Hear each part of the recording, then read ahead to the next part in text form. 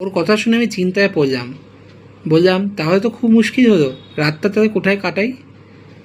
সে বলল, চলুন আপনাকে রামবাবু সরাইখানায় পৌঁছে দিই, ওখানে খাবার পাবেন, রাত্রিরে থাকার ব্যবস্থাও হয়ে যাবে। তোমার আগে বাড়ি পৌঁছে দিই, তুমি শুধু সরাইখানা কোথায় আমায় বলে দাও। সরাইখানা কাছেই আমাদের বাড়ি, গেটের কাছে আমায় নামিয়ে দেবেন, তাহলেই হবে। গেটের কাছে এসেও যখন গাড়ি থেকে নেমে যাচ্ছে তখন ওর নাম জিজ্ঞেস করছে আমি। ও বলেছিল বাপি। আমি চুপ করলাম। ম্যানেজারের মুখে কে যেন কালি ঢেলে দিয়েছে। তার চোখে মুখে কেমন একটা দিশাহারা ভাব। অজানা আতঙ্কে তিনি যেন অস্থির হয়ে উঠছেন। আমি অবাক হলাম। ভাবছিলাম তাড়াতাড়ি কিছু খেয়ে শুয়ে পড়ব, কিন্তু ওর মুখের দিকে তাকিয়ে আমার সব কিছু কেমন যেন গুলিয়ে গেল। জিজ্ঞেস করলাম, আপনার কি শরীর খারাপ লাগছে? ভদ্রলোক অসহায় দৃষ্টিতে আমার দিকে তাকালেন। বললেন, আপনি জোর বেঁচে গেছেন, কিন্তু কিন্তু কি? বাপি আপনাকে বাঁচিয়ে দিয়েছে।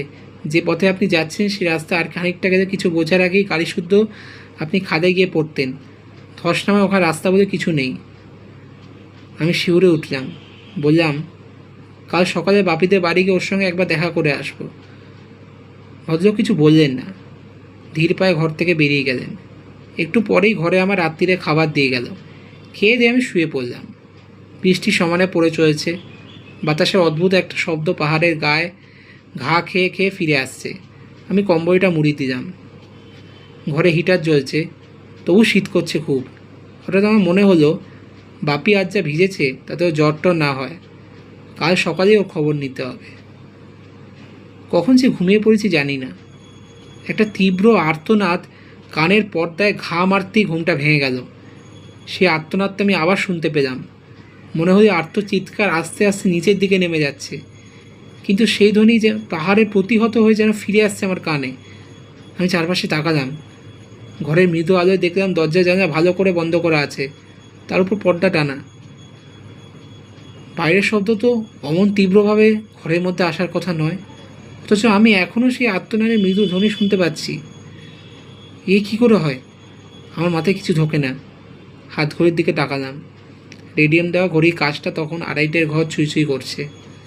অদ্ভুত একটা অস্বস্তি আমার মনকে চেপে ধরেছে। আমার খালি মনে হচ্ছে কিছু একটা ঘটবে, আর তা মোটেই ভালো নয়। কি ঘটবে? তার সঙ্গে আমারই বা কী সম্পর্ক? আমার মাথায় কিছুই ঢোকে না, কিন্তু আমি ঘুমোতে পারছি না। কেন কেন একটা ভয় ভয় ভাব আমার মনের উপর চেপে বসেছে। হঠাৎ মনে হলো তবে কি আমি ভয় পাচ্ছি? কিন্তু কেন আমি ভয় পাবো কেন? বাপি তোমায় নিশ্চিত দুর্ঘটনার মুখ থেকে ফিরিয়ে এনেছে। আমার চোখের সামনে বাপির মুখটা ভেসে উঠল। সত্যি ওর কাছে আমার কৃতজ্ঞতা শেষ নেই। কিন্তু একটা ব্যাপার কিছুতেই আমি বুঝতে পারছি